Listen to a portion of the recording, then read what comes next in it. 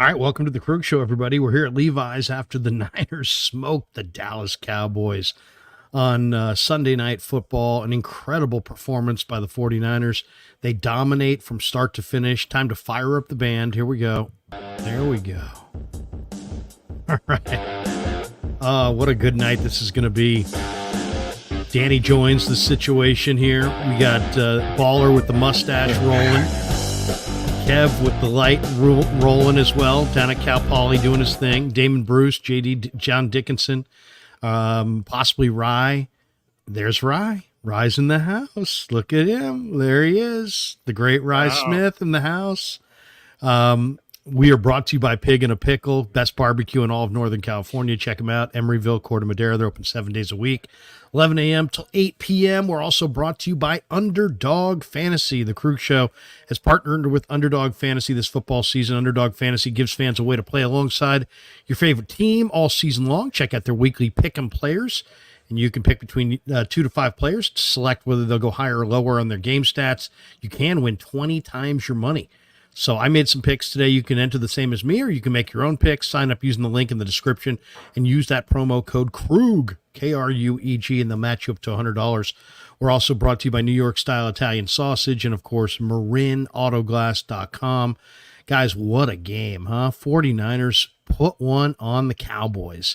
And I made a prediction the other day on the show that it would be 35-14 Niners. Today on 95.7 on the pregame show, I said 30-7, and I just thought it would be a one-sided affair. I knew the Niners would score points. I thought the Niner defense would hold these guys down a little bit, but 42-10, and then just going into the locker room and talking to Oren Burks, talking to Demetrius Flannigan-Fowles, getting a chance to talk to some of the players. The Niner defensive players didn't like the fact that Dallas's defense was being talked about all week as this awesome number one defense when the Niners had the number one defense in football a year ago, and they added Javon Hargrave. So they don't care what the stats say. They think they got the number one D, and it rubbed them wrong all week, having people say, oh, well, the Cowboys have the number one D, the Cowboys have the number one D. So what you saw tonight was Brock Purdy continuing to play at a high level, the Niners running the hell out of the football, and then a fired-up defense. My favorite play of the game, and I'd love to hear your guys, but my favorite play was the fumble by Pollard, forced by Warner, but then Kevin Givens, a defensive tackle, hustling downfield on the sideline. If you don't have a culture of hustle, no defensive tackle should have been anywhere near that play. Instead, the ball pops loose.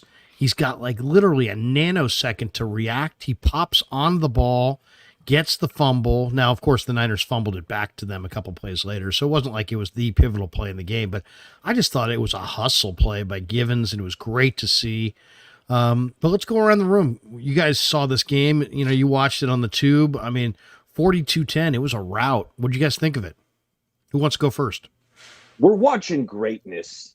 Fellas, I think we're going to witness something special this year. This Niners team has been dominating all year, all facets of the game, offense, defense. I want to start off with Brock Purdy. But I mean, guys, you can add to the list, but I think there are 6 traits that Brock is elite at. And I'm going with decisiveness, touch, accuracy, vision, anticipation, playmaking ability. Brock Purdy, he's playing like a top-tier quarterback, and you also got to couple that and give credit to Kyle Shanahan, who I thought had a masterful performance today. Aside from the trick play, which obviously was flea flicker, phenomenal, the reverse flea flicker, and Purdy threw it on the money. There was a dude in his face. There was a big D tackle that was hitting him as he was releasing it. Purdy, phenomenal. And then before we pass it around, I got to talk about Fred Warner, who was just spectacular today. Awesome, yeah. He had the sack, and what was fun, on the sack, he managed to shut down like a drag route across the field on the same play, shut down the drag, and then he attacked Dak Prescott for the sack. But he also had the interception. You mentioned the forced fumble. He ran a seam route with Brandon Cooks stride for stride, like 40 yards down the field. Like, Fred Warner is different. He is the best, as Nick Bosa said in the post-game interview, he's the best linebacker in the world. I think him and Greenlaw are both spectacular.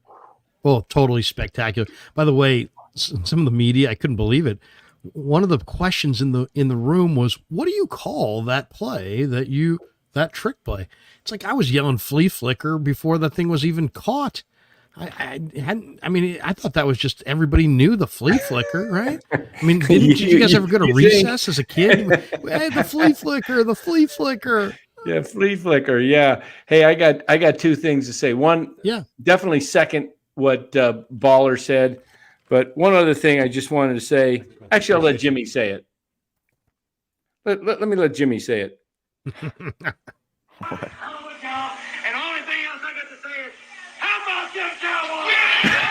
Cowboys.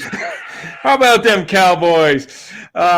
Hey, Jimmy, I mean, Brock, you nailed it. Those 6 attributes, qualities, Baller, because the timing and the touch of his passes, the ball to Aiyuk on the out near the sideline, I guess it would have been on the press box side of the field when he threw that thing toward the sideline before he even broke Aiyuk to the sideline, and it was just where in the game, Danny, was that? Oh gosh, it was in the second half, I believe. Okay, I thought that's what you were talking about. But it was just, I looked at some stats. I didn't cover the whole NFL, but I looked at about 10 teams that have pretty. You're talking about the 1st and 15 from the 20-yard line where he went to Aiyuk on the sideline. It was just a flat out dime. Yeah, I think it was that one. Yeah, it was just but I looked at the yards per catch or per throw with Brock. They averaged 10.5 yards, 10.5. I think it was the highest in the NFL. And these were not dink and dunk, rack, run them up. I don't want to hear dink and dunk. No. These were 20, 30 yards down the field. And Chris Collinsworth was just raving about Brock Purdy, about his touch, his ability to see the field. He says, this guy goes through his progressions as fast as anybody in the league. And he gets the ball out quick. And, I mean, the one that was over the middle, I'm trying to remember. Yeah, it was to Aiyuk. It was over the linebacker just by like this much. Oh, he just lofted it. Just a perfect dime. Beautiful pass. And the touchdown to Kittle, too, in the back of the end zone. Yeah. He's that so was incredible, great at getting the ball up and down. That's a skill because you got to get it over the linebacker, and then it's got to fall right in the breadbasket of the receiver. I mean, all of those touchdown passes to George Kittle were special. Right. The first one, he escapes the pocket, right? Breaks out of the pocket. He hits Kittle just in stride on the run. Then you had the reverse flea flicker to Kittle. And then the third one, he had to drift back, get the ball up and down. So, just an exceptional, phenomenal performance. And it's becoming the norm, fellas. This is the norm. He's not – people are waiting for him to get worse. He's getting better. He's getting better every week. Rye's in the house. Rye, good to see you, man. What'd you think? What's up? Yeah, Chris Collinsworth. I started to get a little bit of almost secondhand fan base embarrassment because after the second completion on the first drive, he was like, "Oh man, Brock Purdy, he's just starting. This is just like last week. He's it's the same thing." And it's like, all right, it's just completed 2 passes. But no, I thought Collinsworth was awesome. He loved it. He loved talking about Purdy's parents' hot tubs. I thought that was all really cool. He gave a lot of love to Warner. I think my favorite play of the game was when the game was still, it was still somewhat, it was a game, and it was after the Cowboys kicked the field goal, and it was like, all right, it would be really great if the Niners could answer this, and it was 3rd and 10. Purdy throws an absolute dime to Aiyuk on a crosser for about 40 yards. Then they call it back. That's right. I think I don't remember who the penalty was on. Bump him back to 3rd and 15. And then he just does the same goddamn thing to Debo.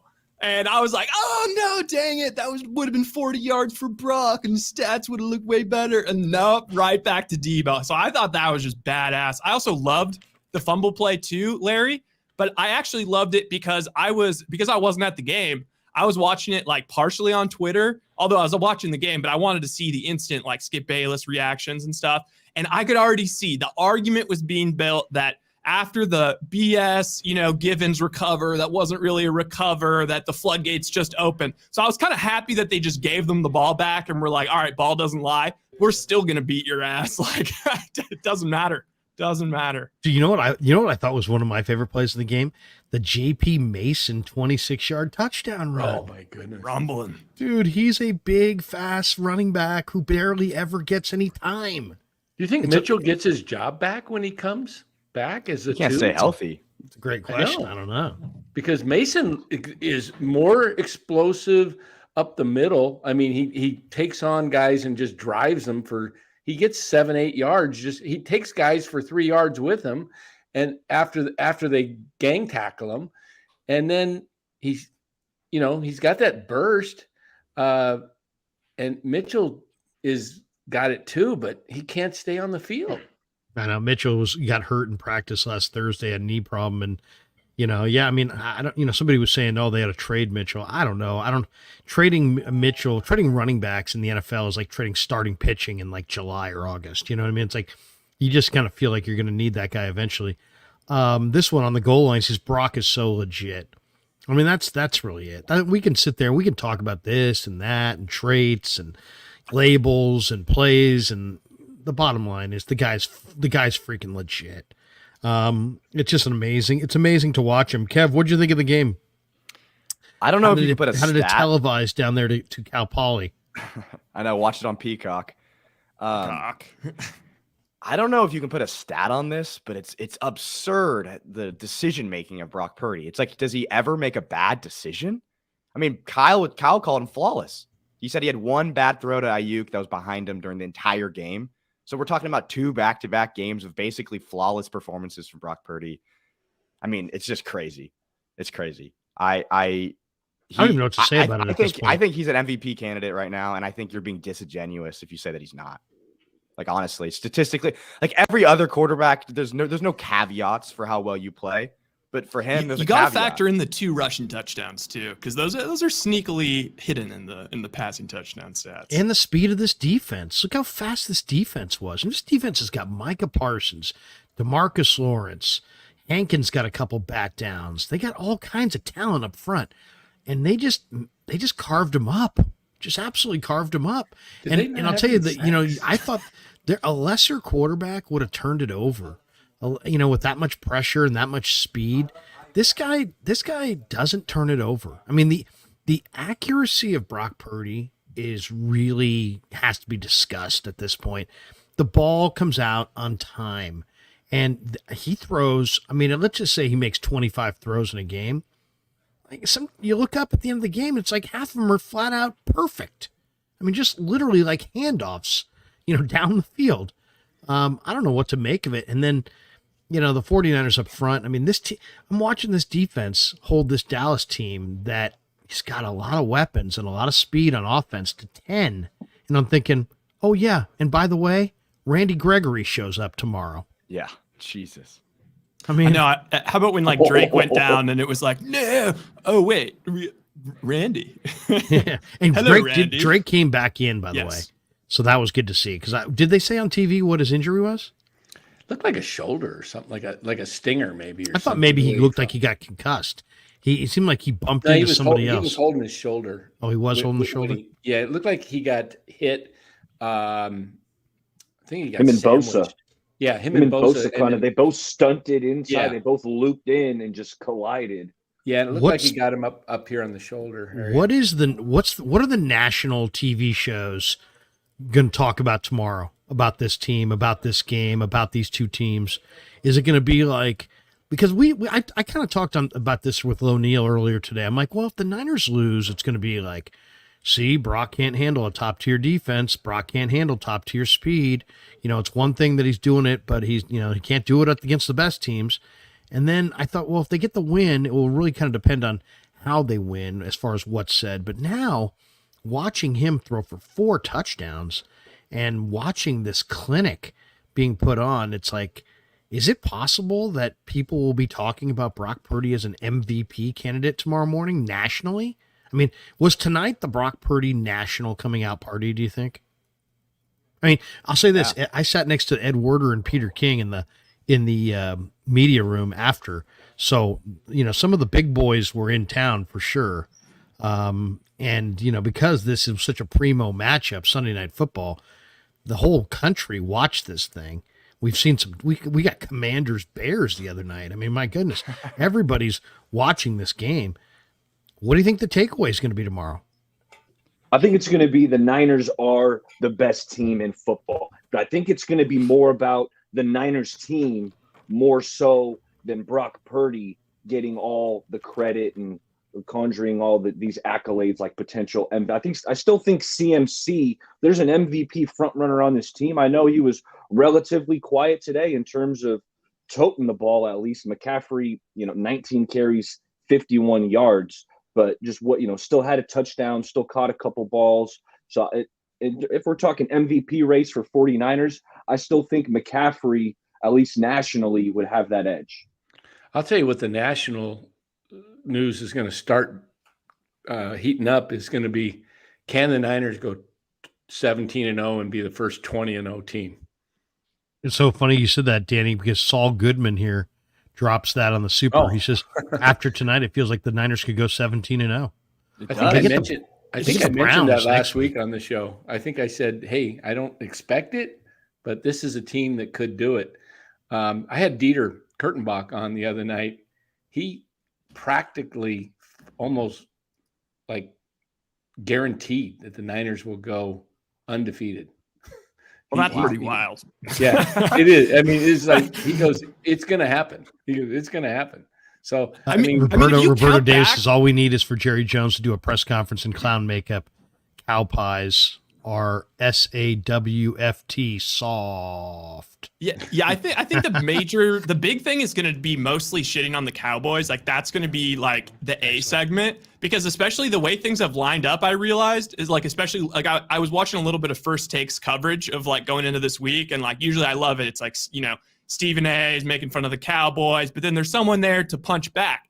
But Shannon was the guy who made fun of the Cowboys on First Take. So instead, it's just 2 guys that are making fun of the Cowboys. So like, I just think it's going to be just a Cowboy bash party. That's going to be mostly the national thing. Probably could. I will say, I don't want to talk 17-0 until the Eagles game happens. Yeah, right. That's going to be the big test, because the Eagles. Yeah. I don't like how the Eagles have quietly. They can kind of tell themselves that like their team, like, oh, look, nobody believes in us. All we did was go to the Super Bowl. And now we're quietly 5-0 and nobody wants to give us the. I don't want that narrative to start. I don't want it. Hacktastic drops the Super. He says, Purdy, no need to ask. He's a smooth operator. Smooth operator. We got this one from Smack Jones, who says Ed Oliver held his own. I think he meant Isaiah Oliver. Unless you're talking about the Buffalo game. Yeah, Isaiah Oliver did do a nice job tonight. David W. says, 3rd time this season, CMC has had his head twisted around with a blatant face mask, taking a lot of punishment. He is, man. Those face masks are scary. Those are scary. How about just the head-to-head, like, just missile right into his dome, and he's just immediately the camera zooms in on his eyes, and he's just like, no, I'm good. I'm staying in. I know. And not only that, it's like you got JP Mason, who's 240 pounds and is big time. And I asked Kyle, I'm like, what's his potential? He's like, yeah, I don't know. I don't know what his potential is. He looks freaking great. It's like, this guy's, to me, he looks like kind of like a Marshawn Lynch. Jimmy, what does I say? Jimmy 5 Cushions says, still think media aren't allowed to mention Brock Purdy was all Big 12 multiple times. Same conference that had Baker, Mahomes, Hurts, Caleb, Kyler, etc. And then we got this one from Hutch Serves Gaming. The mayor of Murfreesboro is coming out here, guys. He says, congrats on 25,000 subs. I didn't even know. Did we get to 25,000 subs, Kev? We did. Look at that. Yeah. We're at 25,000 subs. He says, Big Brock C. Purdy is the real deal. I'll be in the Bay Area for the Bucks game and can't wait to watch his greatness live. Fred Warner and JP Mason had a game. Look at Hutch serves game and dropping a 50 spot. Nice. Look at that. Hutch. Times have changed from when Hutch was quietly whispering in another room about the Giants losing in the 9th. You think maybe he took that $50 from somebody he served? Like, hey, I'm going to go on the Krueg show tonight. I'll let you off. Give me $50. Hutch is coming out here. He says he wants to meet up for beers. James Foster says, glad Eric Armstead got half a sack. He deserves it. Yeah, Armstead's playing great. I mean, here's the thing. I went up to Demetrius Flanagan Fowles in the locker room afterwards, and I'm like, man, it seems like the linebacking core is setting the tone. Warner, baller. Greenlaw, baller. Everybody. Oren Burks. I talked to Oren Burks. I'm like, Oren, you're like a split personality. Like in the locker room, he's like really nice, kind of mild-mannered. You'd swear he's just the kind of guy you want babysitting your kids. On the field, he's a freaking menace. I mean, the guy is really playing at a high level, but Flanagan Fowles said, no, it's the D-line. Speaking of menace, how about, I think it was the first drive of the Cowboys. Greenlaw set the tone when he just picked the guy up and threw him down out of bounds. Yeah, Greenlaw today was just hurting. Greenlaw. Jeez. Greenlaw might be one of the most violent hitters in the game. He almost killed Dowdell. He almost killed it. It could have been flagged, but it was great because it was like, hey, we're here not to mess around, man. You're going down. No, it was a clean hit though. It was like right. It was a clean hit, but he was kind of out of bounds. Farhan had to add Greenlaw. I haven't seen a Giants player play with that kind of fire in a long time. Bruce R says Rangers scored 11, Cowboys scored 10. Giants should have kept Bochy. That's a good one. Yeah, the story in Dallas tomorrow.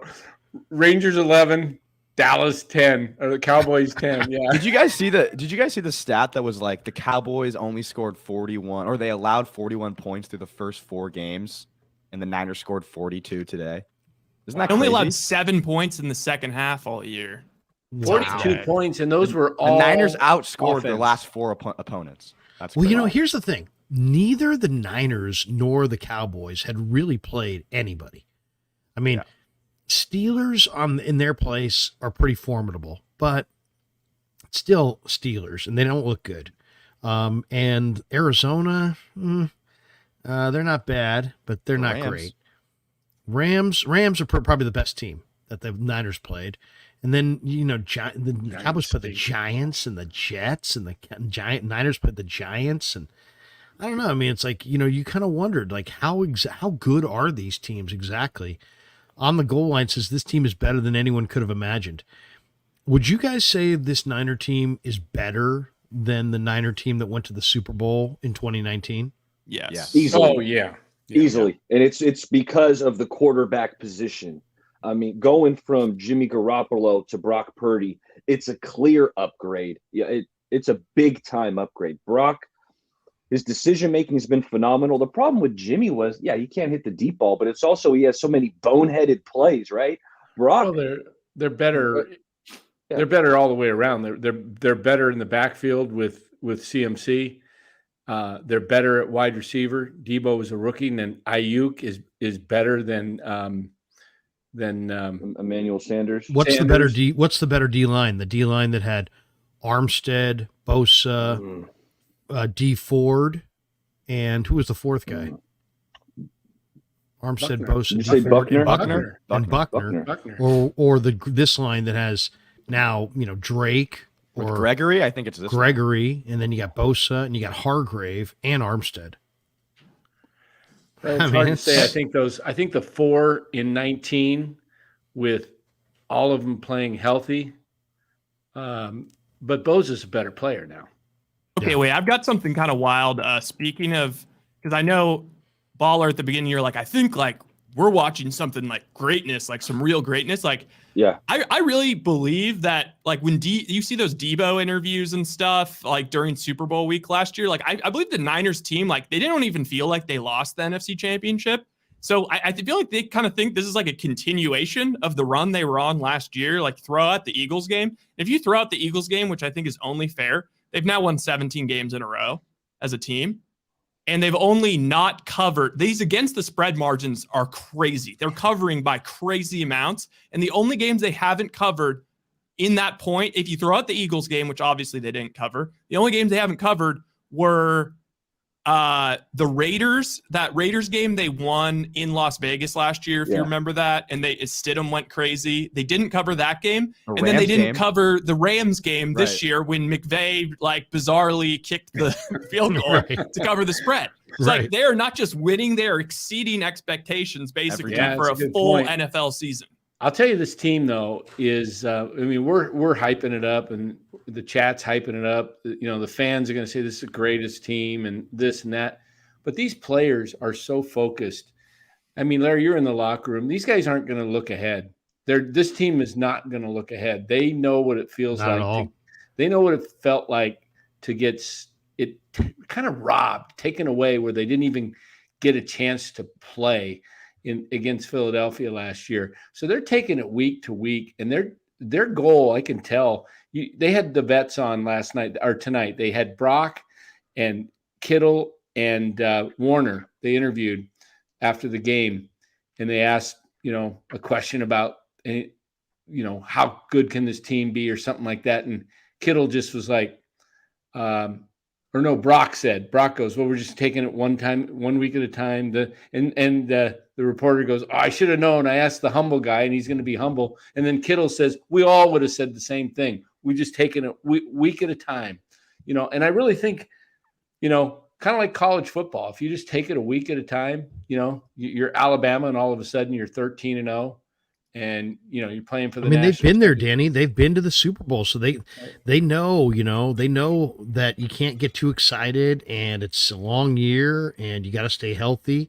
Also, let's be honest. What's humbling in the NFL is I saw Trent Williams talking to a group of people at his locker, and he's like, "Hey, man, I can sit here and dwell on Parsons and Parsons this and Parsons that and this and that." He's like, "Dude, I got Myles Garrett waiting for me next week." Right. Myles Garrett's playing maybe as well as Bosa. He's like he just called him number 95. He's like, number 95's looming. You know what I mean? So there's a lot of great players in this league, and none of these games are going to be easy. On the goal line says this team is better than anyone could have imagined. I think the main reason that this team's better than the 19 team is what Kyle said today at the presser. He said something like, I can't remember exactly what he said, but he said something like I have to stop myself from calling too many pass plays. Like, he never would have done that in 2019. Didn't they have 9 passing plays against the Packers in the NFC Championship game? They ran the ball 40 times. Right. This they team, took the ball out of Jimmy's hands in that playoff run. This team has a passing attack now, a very legitimate passing attack that they didn't have in 19. So exactly. Well, Rice said it. Rice said it on the one where they had the pass play going, and they got called back on the Burford penalty, and then all of a sudden, here comes another pass play on the very next play, and it was even better. It was a spectacular 40-yard passes. Yeah, Brock Purdy right now is it's playing at a level that's just unfreaking believable, and it's like Jimmy was like, hey, he's resilient. He can bounce back from hugely negative plays. How about this? How about a quarterback who doesn't make hugely negative plays, and then you don't have to bounce back? I don't even know about the personal resiliency of Brock Purdy because he plays at such a high level. It's like he doesn't make those mistakes. We got this one. Shout out to Grant and his posse wanting Trey Lance. There you go. Trey Lance was in the building for this. What do you think Trey Lance was thinking today? I could have been on that team if I had just played my cards right. You might be thinking I'm making $30 million more than this guy. Yeah, exactly. He's saying, take the camera off me. Why is the camera guy 5 feet in front of me pointing this camera at me? Did they have a lot of cameras on him? They showed him a few times. Oh yeah, of course. Matthew Rowley says Purdy isn't top tier or elite. He's special in the way Brady Montana isn't top tier or elite. He's special in the way that Brady and Montana were special. He has that it factor. He's a killer, a leader with a chip on his shoulder. He's the reason for this team's performance, not McCaffrey. If you guys had to vote, you get one vote for the MVP, and you got to give it to Purdy or McCaffrey. Who's getting it? Because I'll say this, I'm giving it to Purdy, because you take McCaffrey out, You got Jordan Mason, you got Elijah Mitchell. The team's not as good, but they're still winning games. You take Purdy out for Darnold, and who knows what would happen. I think Purdy's meant more to this run than McCaffrey. I just think quarterbacks, and also the MVP's become a quarterback award. But who would you guys vote for between Purdy and CMC for MVP? If it came down to those two, and you can't vote Josh Allen, you can't vote Mahomes, you can't vote anybody else. Yeah, it's got to be one of those two guys. We got the entire Niner delegates, the entire Niner fan base together, and we were like, "Look, guys, we can't be splitting votes here because neither of them are going to win MVP. If that's the case, we have to decide on one." Oh God, I think I'd probably at this point still make an argument for CMC just because he's been that insane. He has been insane, and this was kind of his one. Right, he's counting. CMC coming into today had counted for 40% of all the Niners' yards. But Purdy is not far behind and could surpass. Baller, Kev, what do you guys think? Yeah, Danny? I think the national media would go CMC because he's that big name and he has just been spectacular. But just watching the offense and how good it's been under Brock Purdy, I'm going with Brock. Yeah, I'm going Brock. I think it's an easier path. I think CMC has to just do something. He is doing something incredible, but he's going to have to do something insane to just keep getting these touchdowns every game and keeping on that pace. I think it's a lot easier for Brock to just keep going on his path. It's hard to believe Brock's even real sometimes. Did you guys see the video of him playing with the little kids in the Bay Area? Did you guys see that? Yeah, you guys didn't see it, did you? Did you guys see that? I saw a snippet. I really want to lie and say I saw it, but I didn't. Let me see. I might be able to find it. I think I scrolled past. It's unbelievable. It's unbelievable. I mean, it's just you got to be kidding me. This is their quarterback now. He's just the guy is just, face of the franchise. You guys all saw the Steven Ruiz thing, right? The whole he's 25th best quarterback. Yeah, he's just trolling. He lives in a world of hypotheticals. That's his thing, is that he likes to think, okay, if you put this quarterback on a random average team in the NFL, what would they do? But it's dude, how about this? If you weren't on the ringer and Bill Simmons wasn't your boss, would we be paying attention to your shit? No. So shut the fuck up. Yeah, he's just flipping it around on him. Yeah.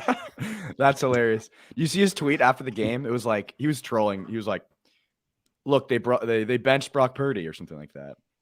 Something stupid. He said that. Is he the one that said if the Niners win the Super Bowl with Brock Purdy, he'll stop following sports? Yeah. Okay. It's based on his takes. It looks like he stopped following sports a year ago. How about this though? Ruiz isn't converted, but this is a big moment, Larry. As you know, Ted finally tweeted out that it's happened. He's on the other side. There's no more reservations. Really? Yeah. Ted's come on over. He's a converter. I feel like I've had a hand in Ted's. Ted was a big Jimmy guy. And then became kind of a big Trey guy, and so Ted's been through a lot. It's been a very emotional time for Ted as he comes to grips with the fact that he was just terribly wrong. By the way, the Canthal kid says, "Go Niners! Purdy is him. This donation isn't for you, Larry. This is for Kev. He's been killing it with the channel production. Love you guys." What? Yeah, he's marginal. Are you kidding me? I've had so many better helpers. I'm a platoon player. I mean, he's probably my fourth best kid. I mean, I have other kids. I mean, come on. I got a 14-year-old who's a genius. I got a daughter who's beautiful. I got a kid who plays varsity baseball. So you're gonna this guy's just messing around. Yeah, you platoon your kids, right, Dad? Platoon your kids. Yeah, because this guy's going to Portola concerts. Could you imagine, if Kevin was on Dan's YouTube channel, you really think he'd be putting up these kind of numbers? Exactly. Just call your. He's going to platoon you, Kev. Just call your dad Farhan. Don't call him Dad. Just say, hey, Farhan. As far as content creators go, he's dinking dunk. Kevin is a system child. He's a system. He's a product of the system. There's no doubt. Hey, Colin Tracy says we manifested JP Mason's breakout, Larry. Yeah, I feel like we had something to do with that, guys. Hey, is this next week they go to Cleveland? Is this the week that they hang out in the Midwest? Or they're not doing that this year, Danny? They're not going to do it because they got Minnesota the following. They're going to come home, huh? Yeah, they're going to come home. They're not hanging at the in West Virginia or Ohio or Youngstown. One year they hung in Arizona, right? Then they hang at the Broadmoor or in Colorado Springs at the Broadmoor. Yeah, or something. I thought maybe they might hang out in Youngstown because that's kind of not far from. So what is the schedule? Who are the next games? It's Browns next week at Browns, right? Then Minnesota the following Monday night. Then they come home for Bengals. The Bengals, and then they got a bye. Cleveland's coming off a bye, right? I know Deshaun, he was banged up. He missed the game. DTR played, looked atrocious, but Cleveland has a bye, so they were watching closely what happened today. And then when they play the Bengals in the Bengals have a bye. What's with that? Are coming off a bye. It was something that was not only that, guys. Have you check the rest deal on the Bengal game? I think the Bengals have a bye, and the Niners have a short week flying home. Yeah, Monday night in Minnesota, then they come home. Yeah, right. So that I looked at that. Remember that article that was written this summer about rest advantage? Yes, that is a major rest advantage for the Bengals. And Cleveland has a good defense. They have a really good defense. Yeah, they got a really good defense. I mean, so did the Cowboys apparently, but By the way, Adam Schefter says that many sources around the league believe the Broncos would be willing to listen to trade almost any player on the defensive side of the ball. They don't want to move Judy. Wow. Yeah, seriously. Wait, did they lose today? I didn't see that. Yeah, they did. Jets I take Surtain. This team ought to get Surtain. Okay, you know what? I don't know. Please, someone call me out if you don't agree with this. But I being completely honest here, I don't think that the Niners play. I don't think you can say the Niners play a one bad team for the rest of the year. They go at Cleveland, at Minnesota. Tough game. Tough. Well, how good's Minnesota? Minnesota almost beat the Chiefs today. Yeah, they're like the same as last year, but the luck is going the other way. Yeah, so they're losing all the one-score games now. Yeah. And then they're home versus the Bengals. Then they're at the Jaguars. Home versus Tampa Bay, who suddenly look good. At Seattle, at Philly, home Seattle, at Arizona. I'm telling you, Arizona's not a bad team. They're not a good team, but they're not a bad team. And then they're home Ravens. Okay, this could be the one bad team at the Commanders. Yeah. And then home Rams. I'm not even I don't really care if they go, 17-0. I just want them to get the 1 seed. If it's 15-2, 14-3, whatever, just get the 1 seed. Beat the Eagles, and if you lose a game or two, just make sure one of them is not to the Eagles because you'll probably end up with the 2 seed. Listen to this quote, by the way, from the locker room from Demo Lenore. This is an awesome quote. Rye, you've been in there, so you kind of know. The personality, I would say 99% or 95% of the guys are totally aware that you need to be humble at all times.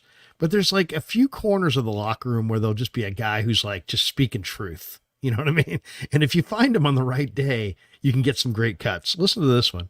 This is from Demo Lenore. He says, do you think this puts you at the very top of the NFL as a team right now? He's like, for sure. When you look at that game and look at other teams, it's not even close. I even try to give people the benefit of the doubt, but it's not close.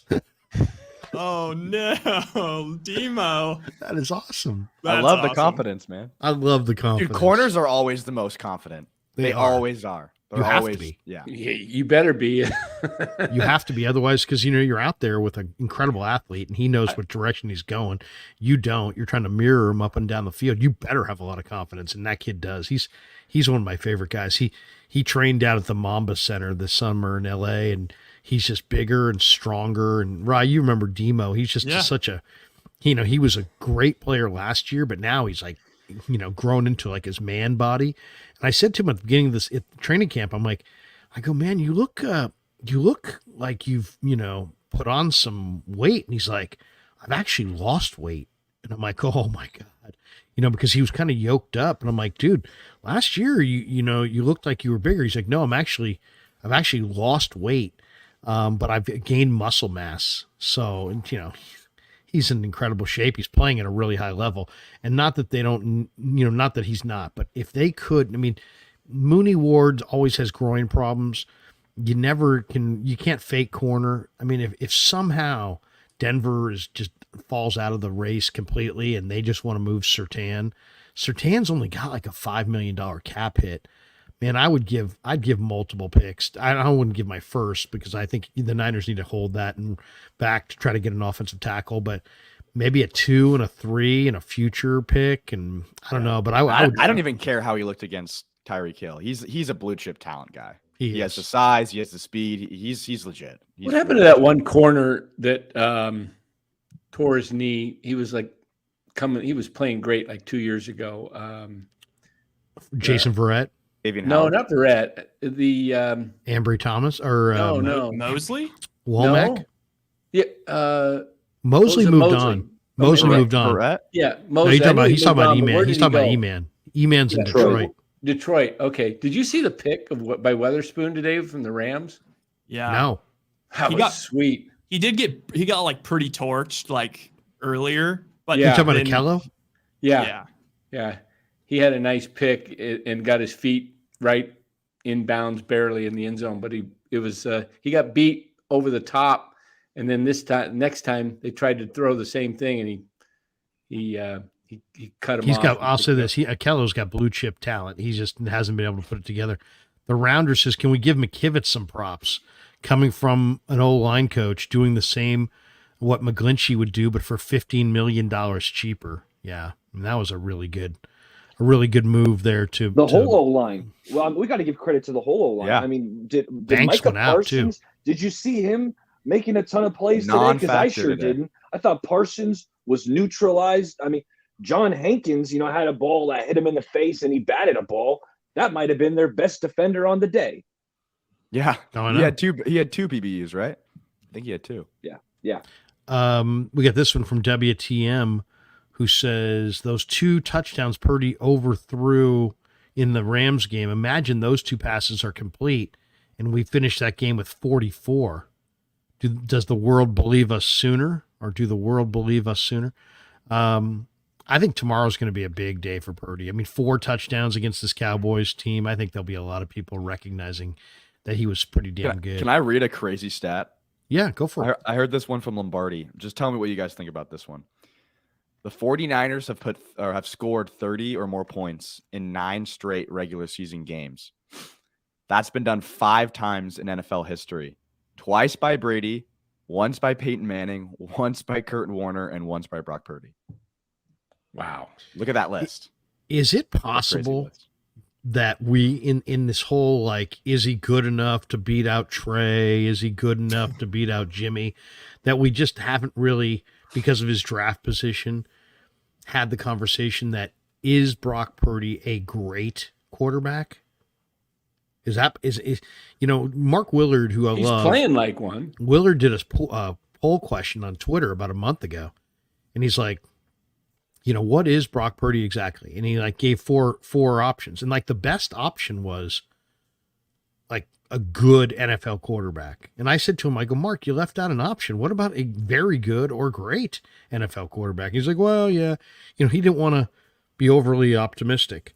Is it possible we're watching a great NFL quarterback? Well, or is that, are you guys not ready for that?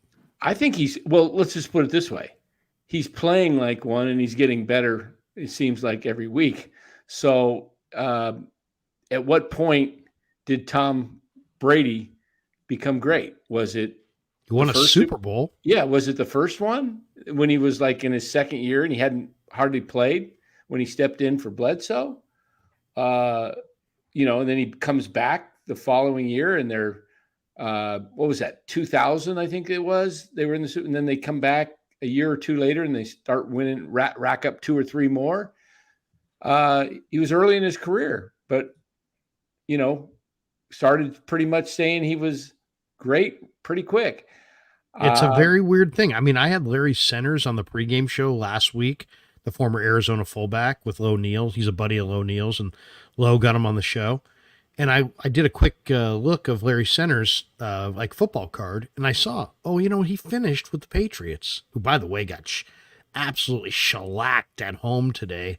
The Belichick era. I mean, it's starting to look more and more like Brady was the key to Belichick more than Belichick was the key to Brady. But I saw that he had played for New England, and so I said to him, "What do you think of Brock Purdy?" And does he remind you of anybody? He's like, he reminds me of when I played with Tom Brady, and he was a young player at that time, but I was an older player. He goes, he reminds me a lot of Tom Brady. That's what Larry Center said, who's an all-pro fullback, borderline Hall of Famer. Brent Jones, who was Joe Montana's tight end in the late 80s, says that Brock reminds him of Joe. Mm-hmm. I mean, this is not me in a live stream. This isn't Danny and Los after the Giants Diamondbacks on a Wednesday night. This is, thank you, sir. This is Brent Jones. And, think about it this way. A guy like Brent Jones, let's just say let's pretend we're Brent Jones for a minute. You played football with Joe Montana. The last thing you want to be doing is telling everybody that this other guy reminds you of Joe Montana, unless he does, right? Because you're probably going to see Joe Montana at some dinner party somewhere. You're going to be like, dude, what you're saying that rookie quarterback for the Niners, that second-year quarterback, reminds you of me? Dude, I won 4 rings. You know what I mean? So that Brent doesn't want to throw that out there. The fact that he throws it out there shows that he actually believes it. Right. It's amazing. This is the best quarterback play from a 49ers quarterback that I've ever seen. That I've ever seen. I was a little too young for Steve.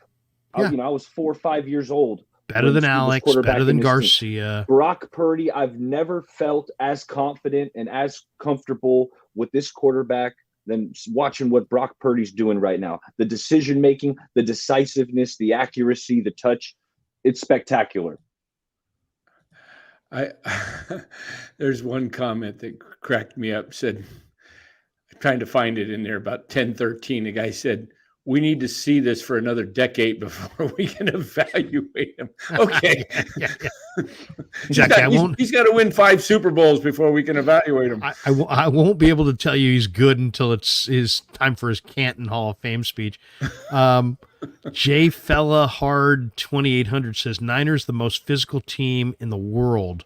Bully football. I love it. Well, there's no question they are a physical football team, and they take pride on that. We got this one from Michael Goldberg. Do you think Brock cracks the top 20 in Steven Ruiz's power rankings this week? I hope he doesn't. I hope he doesn't. I hope Ruiz still has Mac Jones. He had Mac Jones behind him. Oh, gosh. You know what the Patriots did today on 3rd down? 1 of 14, and that Ruiz jackoff has that guy in front of Purdy. Yeah, 1 for 14 on 3rd down, the ultimate quarterback down. I mean, my God, that's embarrassing. He's like, I watched the tape, bro. Like, okay. Well, maybe go get your prescription fixed. E. Wiesel says, how about the D breaking on the football fast as hell? Yeah. I mean, it was like they thought there was like a lottery ticket inside of it. I mean, it was unbelievable. Johnny Granado, God is him and he is in Brock. There you go. We got Yo Stricken, who says, Niners are truly the team to beat right now. Niners won me some good money tonight, so I'm spreading the love. You guys are killing it with content, 25K. Thank you, Yo Stricken. He made me some money tonight as well. I looked at the all the different options to bet today, and I'm like, I like Detroit, but I don't know. I like this game. I don't know. I go, you know what? Screw it. The only team I really feel totally confident is the Niners are going to destroy the Cowboys. I'll just take the Niners. That was a bad spread. David Camaro says $4.99. Thank you. MF is in the house. He says, wow, A-Rod ripped the San Francisco Giants and FS1 for running Bochy out of San Francisco. Oh, I heard that. He said. Did he? I got to find that. I actually tweet it out, Danny, and I'll retweet it. I got it on my phone, but I'll have to. Yeah, he he said something to like, they ran Bochy out for Gabe Kapler. He's just noticing now. Oh, that's awesome. And we got this one too. Yo Stricken. What does he say there? Juice box. Oh, juice check. Oh, Kyle Juszczyk with 4 catches, 1 for a touchdown. Truly versatile team. Well, how about this? George Kittle had not been doing a whole lot the last month, and he almost made a couple of big plays last week, except they went to other guys. Today, I mean, that flea flicker was something else, man. That flea flicker is really something. If you watch the replay on it, Kittle disguised it beautifully. He did not take off down the sideline for like 2 seconds, 3 seconds. He was in a total like blocking position. And all of a sudden he just kind of veered out toward the sideline and just turned it up straight up. That was perfect. Had he left real early, the safety would have picked up on it. He would have sniffed it out. Yeah. And that's exactly how you take advantage of an aggressive defense. And another way they did it was in the screen game, right? CMC popped a screen for a big one. Even Juszczyk down in the red zone, they got him going. It looked like they really wanted to get Juszczyk a touchdown today, didn't it? They gave him a carry at the goal line, a screen in the red zone. And then finally, off that play action, they knew that Dallas defense was going to collapse on the running back. Juszczyk leaks out, gets an easy touchdown. They wanted to give him some fantasy points. Jordan Lewis of the Cowboys, he was asked the question, are you guys embarrassed after this big loss? He says, you're always embarrassed when you don't get to play up to your standard. We didn't go out there and execute the way we were supposed to. A good team is going to do that to you. And then someone said, does it make it that much more frustrating because it was a rival? He said, yes, honestly, we came in and felt really prepared, and they just executed better than us tonight. So, this was the game. I mean, there's no running from this. This was the game that Dallas had circled. The Niners had beaten Dallas twice in the playoffs, knocked them out the last couple of years. If any team was going to be a little flat, it was going to be the Niners, you would think. In fact, Mooney Ward was asked about, hey, do you guys have are you guys in a, hold this Cowboy team in a special area? And he's like, no, man, we've won all these games. We're good. It's like, we're not bent on them. It's like, we've won all these head-to-head matchups. I just get the feeling that if the Niners played Dallas 10 times, they would probably beat them 10 times. That's just a bad matchup because Dallas can't stop the Niner run, and the Niners can stop Dallas's run. And people were like, oh, Dallas is going to be rolling in. They were better last year. They had Dalton Schultz last year. Now they got this kid Ferguson. So it's, to me, the Dallas team that we saw last year in the playoffs had Zeke and Pollard. This team just had Pollard. So it's a one running back team. The tight end's not nearly as good.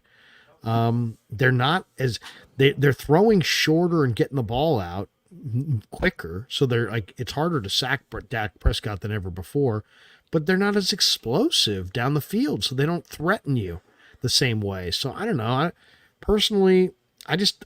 I'm more worried about Detroit and Philly and Kansas City and Miami and Buffalo. All those teams worry me more than Dallas, and not just because of tonight. I don't know. If I said to you guys, let's go around the room on this one. The last team that you want to play. Who's the last team in the NFL that you think the Niners would want to play? If it was a Super Bowl, we know NFC, AFC, and they're not going to play Detroit in the Super Bowl, or Philly. But let's just say, who's the last team you'd want to play on the run to the bowl? Who's the best team? Who's the best team besides the Niners? I guess. I want to play them, but it's got to be Philly. The trenches, right? We know Philly, they got one of the best, if not the best offensive line, 5 across. Those guys are pretty stout. The D line, we got Javon Hargrave from them, but I mean, this kid, Jalen Carter, is an impact player. Hassan Reddick is still there. They still got a really strong front. I know the secondary is a little banged up, but in the NFC, definitely it's Philly. And then, looking at the AFC, man, usually it's an easy answer looking at the Chiefs and Patrick Mahomes. But, man, this year things aren't quite looking the same over there in Kansas City. I think Buffalo getting Von Miller back. By the way, Buffalo Baller, did Kelsey get seriously hurt today? He came back. He came back. It's an ankle.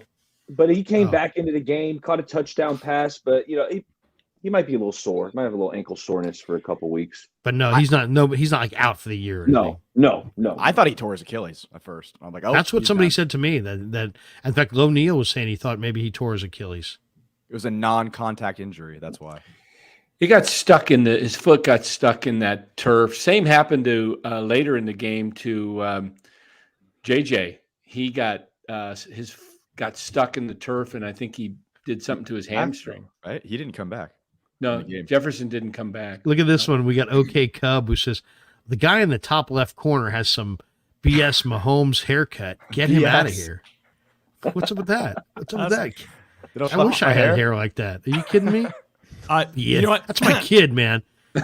OC Cub, you're seriously, that's my kid. You're now ripping my kid. You want to rip Danny?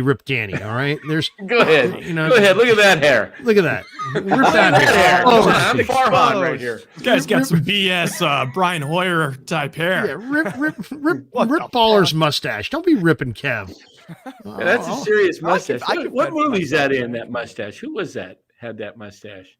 Arthur Smith. He's like the Baller's looking like the Marlboro Man right now. I think we got to fill in the audience. Remember that we did a post-game show after week 1, and I had a little baby stash, and I said, That's right. What? I'm not shaving it until the Niners drop a game. There might be some good mojo, some good juju in there. So hey, hopefully this thing keeps growing. You're gonna be like John Brebbia soon. Fingers here pretty soon. You're gonna be John Brebbia. Just the stash is gonna go down below you, hanging down here. I hope so. I'll give mine. So it's got to be, for me, it's the Eagles. I think the Eagles are just they're just a tough matchup because they're just so, you saw it in the Rams game today. They're so good running the ball, and then they're also pretty damn good passing the ball. They're just an overall great team. They're great defense. But they were life and death to beat the Rams, huh? They were, but it was very similar to kind of the Niner game. Like the Rams were playing super well, and the Rams kind of ran out of juice at the end. But honestly, Philly really impressed me. Yeah, I'd say them. Buffalo would have been my pick. Buffalo was going to be my pick to come out of the AFC, but Matt Milano looks like he is like donezo. Like they took him off in a cast, or like that was a report coming out, is that they took him away from the game in a cast. And I think he's like, maybe, I know, and they already lost White. Yes, they got Von Miller back, but I think Milano is maybe their second most important person, most important player after Diggs. Or I mean, after Josh Allen, sorry. So I think they're kind of done if Milano's out for the season. So I'd have to go Eagles. And then, of course, you just don't really want to have to play Mahomes. NFL rig, they'll rig it in Mahomes' way. But I got to say, I'm having a ton of fun on here. I'm actually going to jump to my channel. I'm doing a show with my buddy where we're just going to talk about the rest of the games. We'll tell everybody about your channel. It's called West Coast Bias, right? It's called West Coast Bias. Let me put it over. Let me move it over. Let me move you in here so people can see it up. Yeah, this is Rye's channel. That's Mahomes. All right, here's West Coast Bias on YouTube. There it is. You guys see it under Rye's name there. You're jumping right now? Jumping right now, just because I have a buddy. I told him I'd be able to do it. And now it's like, shit, it's getting late. And no problem. Yeah. Hey, Rye, good to see you, man. Thanks for stopping by. Absolutely. Peace. Love it, guys. You're Rye. Later. There's Rye. And because we need to replace Rye, we welcome in Damon Bruce. Damon, how are you, man? Bruce. They're not booing. They're brucing. Thank you very much. Thank you, Baller. Good to see you, Dan, Kevin, Larry. That was pure dominance. I mean, if you were waiting around for your full 4-quarter game, you got one out of the 49ers tonight. That was a comprehensive de-pantsing of a good football team. I mean, that's a good football team. The Dallas Cowboys aren't nearly as bad as the Niners made them look tonight, and that was an overwhelming evening of football. Dak Prescott I mean, you're telling me that guy makes more money than Brock Purdy? How do you explain that tomorrow on Dallas Sports Talk Radio?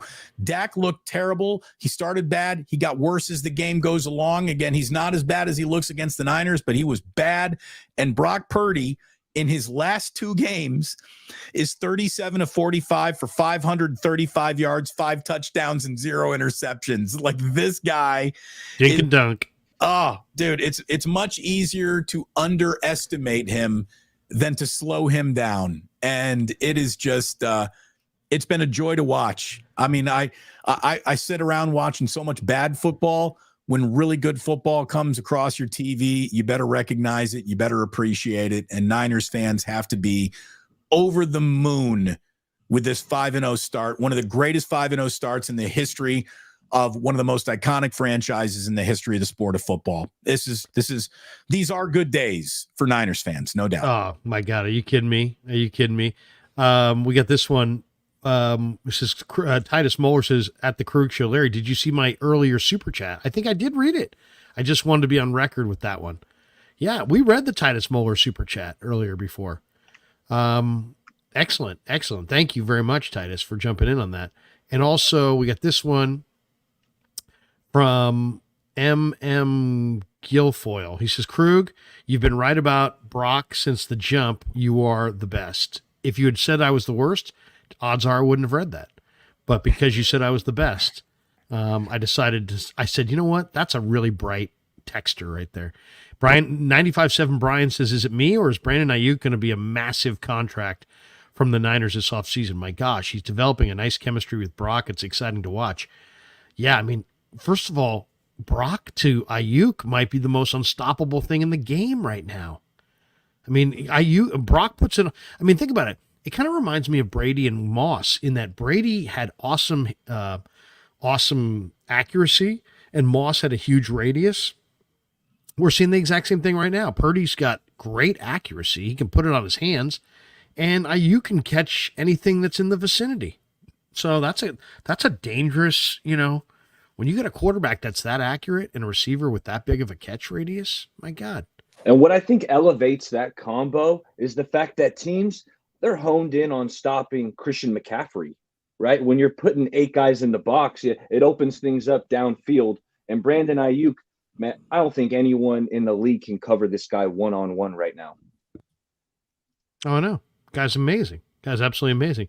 Being Butterfly says Brock Purdy is throwing with anticipation. Yeah, no doubt. And Mountain Cat says, I want to see more Ronnie Bell. Yeah, another guy. Ronnie Bell. When Danny Gray's ready to go, I can't see deactivating Ronnie Bell. No. As much as I like Danny Gray, I can't sit Ronnie Bell to plug in Danny Gray. Especially because Ronnie Bell's making plays on special teams. Yeah. By the way, since Damon's in the house, Damon, man, so it's 10:32 Pacific. I'm in Santa Clara. We're going to be on for a little bit more. Then I'm going to drive home. Then I'm probably going to watch the condensed version of this. And then I've got to sleep really fast because tomorrow morning at 8 a.m. on both of our channels, we have our Palmetto Superfoods 49er wake up. Hopefully you're going to carry us, right? I mean, you're going to carry us. And that's why I'm not going to be with you here long tonight, Larry. I'm going to go get a good night's sleep. I will pick you up and carry you tomorrow. I need to be carried.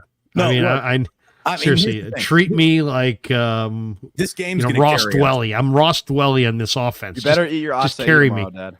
What's that? You better I better get my acai in there. So here's the thing. I got an acai bowl delivered to the house today. It's in the fridge, and I'm going to show it to you again tomorrow, how sexy it is. It's a good-looking treat, and it's actually good for you. So that's what we got going on. We're really looking forward to everyone hopefully joining us tomorrow. We're going to have a bigger audience than both sports talk radio stations in this town combined because we're the best of what we do, man. And it's great to join you here again. It is this is an exciting time. We're watching something special.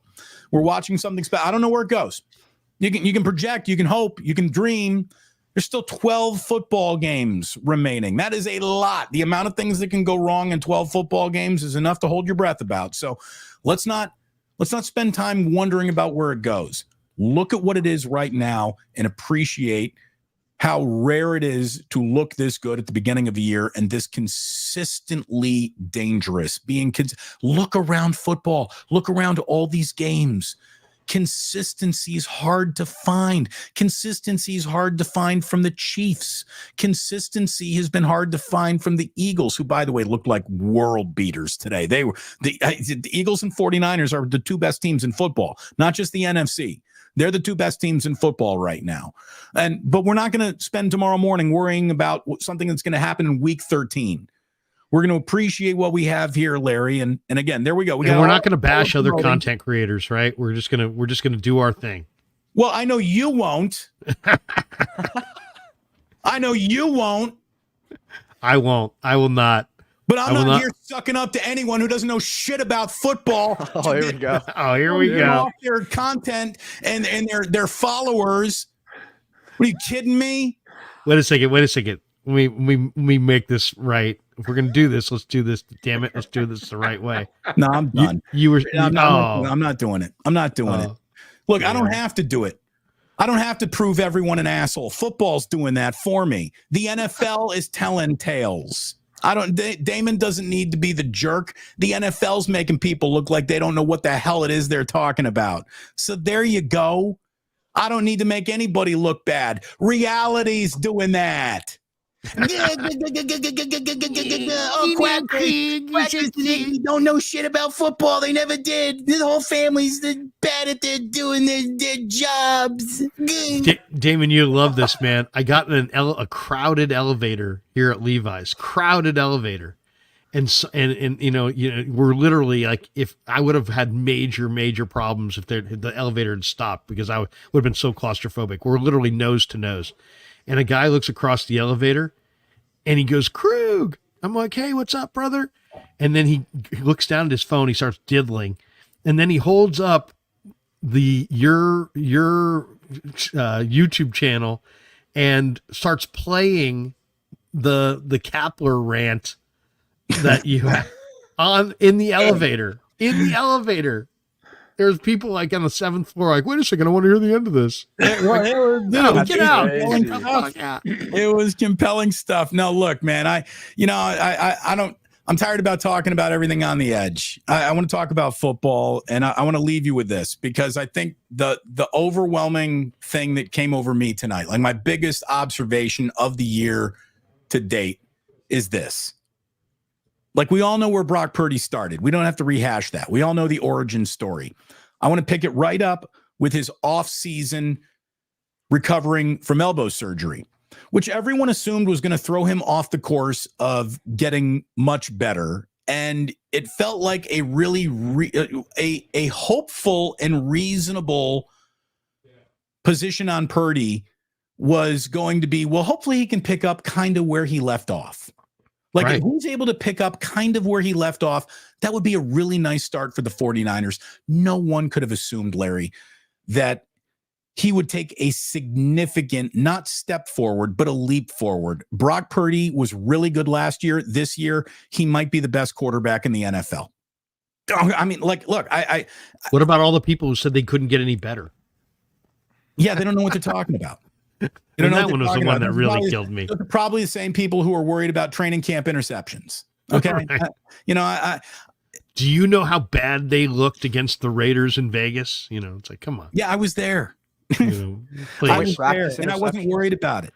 I wasn't worried about it then. And if you know football, you were never worried about it. And if you don't know football, but you can only sell panic and anxiety because you don't really know football, then you sold that. But we don't do that. We don't do that over here. We don't do that on the Krueg show unless you have a certain guest on, maybe. I certainly don't ever do it on my show, and I would never even associate people who did things like that. I'm not interested. Nicotina Show podcast, as Larry called it earlier this week, the Cowboys' weakness was trying to stop the tight ends. He was right. And then we have MF who jumps in. He says, Larry was right about Brock Purdy, the Arizona Diamondbacks, Colton McKivitz, and Gabe Kapler. There you go. Not bad. That's good. That's hitting for the cycle. But it really is. This is amazing. We're watching either one of the great flashes of brilliance that goes away quickly, or we're literally at the dawn of a very significant career here with Brock Purdy. And I do believe it is the latter, not the former. He's not Jeremy Lin. Brock is good. This guy can play. I was just thinking Linsanity too. Yeah, I was going to say, this has been Jeremy Lin did it for what? About a month and a half. He did it for a while actually, but I mean, come on, this guy's real. This guy's real. And if you go into the locker room and talk to the players, they will tell you individually, collectively. They'll say it loudly. They'll say it quietly.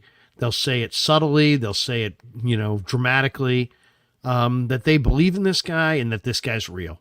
I asked Demetrius Flanagan-Fowles today. I said, be honest with me. And Kev has the interview. I downloaded it on YouTube. You can go watch it later. I said, tell me honestly, when did you know that Brock was special? And he's like, dude, it was in training camp last year when he was just, cooking us left and right in practice. And we're like, dude, who is this guy? Who is this guy who's beating us with all these incredible dimes? And it was like, this is a guy who said that he knew that Brock was a special player last training camp. And that we have people who claim to, do channels that are about football that are like just being won over like in the last 24 hours. So it just kind of shows that, there's a lot of people that kind of hedge, that's all. And I understand it, but let's be honest here. We all, to a degree, and maybe even some people are still doing it, judge the book by the cover. And the cover was, he was Mr. Irrelevant, and he was a little smaller than you wanted to see, and his arm strength wasn't ideal. And so, people just, they just never wanted to give him his. There were plenty of reasons to doubt until the game started. And then to just dismiss the feedback and data that you'd get from games because you didn't like where the story started is arrogance, is hubris. And that is, to me, defines the way some people go about covering sports and the way some people don't go about covering sports. This guy can play. This guy can play. And if you can't recognize that now, I don't know why you're bothering to cover this. Come on, Damon. Don't discount those preseason camp interceptions. They really do matter. Those interceptions they matter. They matter. Those interceptions. He sucked in Vegas. He absolutely sucked in Vegas. I want to leave you with this, and I don't want to talk about anything. I don't want to talk about these assholes anymore. I really don't. But what I want to leave you with this is Brock Purdy is special. Christian McCaffrey is one of the toughest sons of bitches in this league. Isaiah Oliver had the best game in this game that isn't going to be talked about nearly enough. He did a great job shutting down CeeDee Lamb all night long. Diamador Lenore played well. And Fred Warner has a bouquet of great games in his career already. And this is the single greatest game Fred Warner's ever played in his life. He was unstoppable tonight. Fred Warner destroyed the Dallas Cowboys almost by himself tonight. He was incredible. He and Greenlaw together are as special defensively as Brock Purdy and Christian McCaffrey are together offensively. And when you saw this team reach a fourth quarter where it was like, all right, pull your quarterback, pull your running back, and pull Warner, pull Greenlaw, pull Bosa, get Hufanga out of there, get anyone who matters off the field, get Kittle off the field. It was like watching some Warriors basketball. It's like, oh, man, they don't even need to play Steph and Clay in the fourth Just thinking quarter. The same thing, Damon. Just thinking the 17, and then they're still Warriors. shutting down Dak Prescott. The backups are shutting down Dak. Yeah. Warren Burks is picking him off. Kevin Givens is sacking him. The backups. This is what I was saying a few weeks ago. Is that the Giants decided to start their games with backups? Yeah. Sorry. I couldn't resist. What I was saying a few weeks ago is if the Niners can do what the Bill Walsh teams did, come out and start destroying people early on, then you can actually get more out of the guys because they don't have to play the full four quarters. And right now, I mean, could the Niners go undefeated? Yeah, but doubtful. But let's just say what they're doing now is they're buying themselves a bad week somewhere along the line because The last 2 years, they were 3-5, 3-4, whatever they were, and they had to force themselves in 21 to beat the Rams, a come from behind game, the last game of the season, just to make the playoffs. And then last year they had to go on the run just to get a good seed. They're setting themselves up, for at least the 2 seed and most likely the 1 seed. Danny, they know the road to the Super Bowl. They don't want to go to Philly. Exactly. They want the Philly to come here. Exactly. That's why you take it a week at a time. You got to keep winning. You got to keep winning. Hey, Damon, we'll let you jump, man. We'll see you tomorrow morning at 8.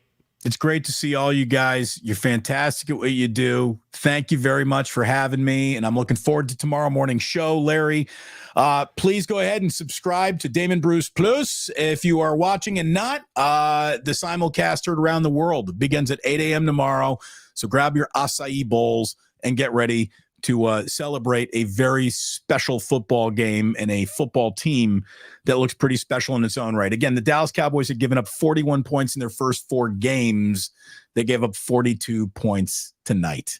Good night, everyone. Damon, I'll leave you with this. Tonight, the Niners kick some acai. Oh, Did you like that? shame. All right. On that note, we say goodbye to Damon. I'm a little giddy tonight because I'm feeling good. We're only going to go for another 15 minutes or so, but JD's in the house now, and he's actually in the house. JD, good to see you. How are you? I had to unblock him. I'm doing well. Yeah, somebody blocked me. I went to, you send me the link. Hey, JD, whenever you come on, like whenever you're ready, come on. So I put What the do you mean link. blocked you? Like I was disallowed from participating in the on You your sent channel. me a picture and he's like, "You've been blocked." And I'm like, Kev, can you help me out? How did we do this? How did we unblock you? I don't know. Kevin- man. I went Kevin in the was all background, over it. unblocked him. I had to unblock him. Was there anybody else who was blocked? Because you might want to keep He them was the blocked. only blocked person. He was the only blocked person? That is. Yeah. Talk about a mixed message. JD and I talked like 5 times tonight. Hey, what time are you going to be on? What time are you going to be on? Yeah, we'll see. This guy, he's going to try to get on, and in reality, I'm going to block his ass. I'm going to block his ass. I'm going to invite him on, and then I'm going hate to block that him. guy, man. I'm bipolar Freddy over here. Yeah, come on my show, man. Blocked. Yeah, well, we can cuss on this, right? Oh yeah, you can cuss all you want. You too, man. Good to see y'all. Good to see you. Lifted Mike says Juice and Kittle were crushing Parsons tonight. I kept studying where Parsons was, but man, once the Niners started, throwing the ball all over the place, I wasn't really looking at exactly what was happening to Parsons. What did the TV show, or what did you guys see with how the Niners handled Parsons? Did it show to anybody? I didn't see anything. Yeah, I didn't see him making an impact. That's why I said, did you guys see Parsons doing anything? Because I didn't. I felt like they moved him around like we knew they would. He lined Let's see the up box. Did he make a bunch of tackles? He lined up against McKivitz, but he was neutralized today. Let's see. He made only 4 tackles all night. How many QB He had 1 hurries pass were there? defense. There was barely any pressure tonight. It felt like. Offensive line did a great job. The play calls were tremendous. I mean, they were getting it out, but they were also protecting. And Purdy was doing his thing. Just the subtle off schedule. I mean, just the subtle ability to just evade and get to a spot, but keep his feet in position to be able to throw the football and on time and make a play is just tremendous. It's just next level. I mean, we're seeing it week in, week out, and just getting used to it. And I think starting to, at least the people that have watched him every week, starting to get a little spoiled by it. It's interesting. It's funny, JD. You cover the Warriors as well as anybody. I'm wondering, are we? Is it possible that we're seeing kind of what we saw in year 1 and 2 with Steph Curry, where it's like, hey, the guy can shoot, but he's kind of small, and he rolls his ankles, and I don't know how good he's really going to be, and can he defend anybody? And, he's kind of, I kind of felt like Steph was this awesome college player that was passed over. I mean, not really. He went 7th overall, but I mean, if the draft were reheld, he would have gone 1. he was kind of overlooked because maybe he was a smiley face guy, kind of smaller. Could he play point guard? Was he a 1? Was he a 2? Was he really an undersized 2?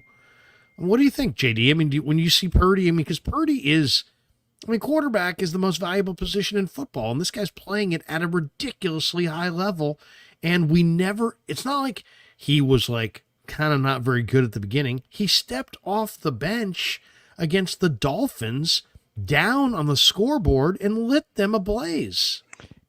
It really is, and I've had the thought, Steph is one. I think Brady, not necessarily that his play style compares, but it's just the guy that comes out of nowhere, and we're all just like, wow, you keep seeing it, and then you keep wanting or needing to see more, and then you keep taking it. And that's obviously an extreme example with Brady going on to win 7 Super Bowls and all of that, but there have been enough moments and enough wins and enough plays that Brock Purdy's made during his tenure where I have had the thought about, are we witnessing the beginning of something that we're going to look back on 5 years from now and go, oh my God, like this guy's an all-time great, or whether he's the greatest or all of that, like 5-6 years from now.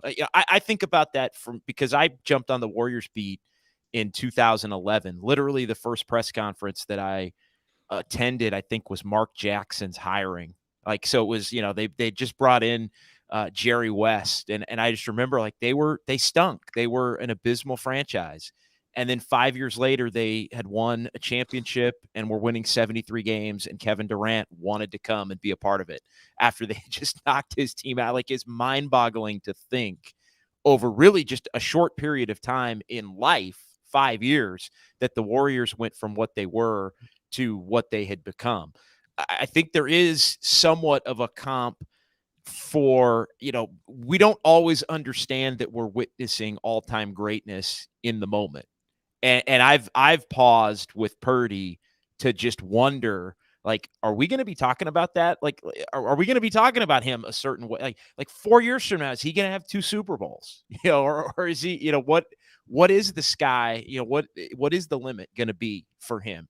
And, we'll see it, but it's a hell of a lot of fun right now to watch because the bar keeps getting raised and he keeps doing, you could make a case the 4 touchdown passes a career high. He does it on Sunday Night Football against the most high profile team in the league in a team that the Niners have played in the playoffs. This was the biggest game on the schedule in my mind through the first 5 weeks of the season. And Brock Purdy went out and threw 4 touchdown passes against the vaunted Cowboys defense, and the Niners smoked them 42-10, and they're 5-0. To me, the ride is going to start moving a lot faster for the 49ers in terms of just the conversation, I think, surrounding it. We all know they're good. We all know they can win the Super Bowl. I think there's a lot of people around the country that believe that they're good and can win the Super Bowl. But I think, we're going to start having conversations about, is Fred Warner with the game he played tonight in the Defensive Player of the Year conversation? Is Purdy in the MVP conversation with McCaffrey and other?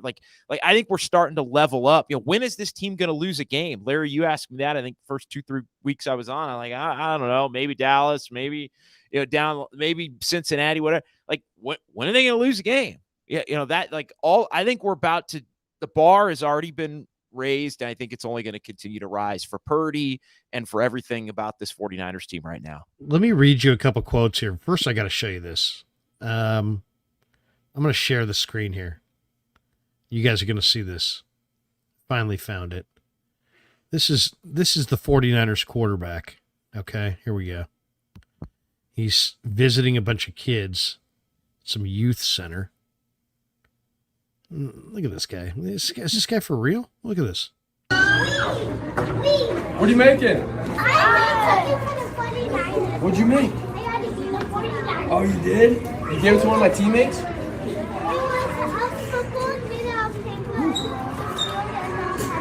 Oh, let's go. I bet it was beautiful. What do you got there? You want me to talk about it? I like it. Ooh, that's pretty. That's really pretty.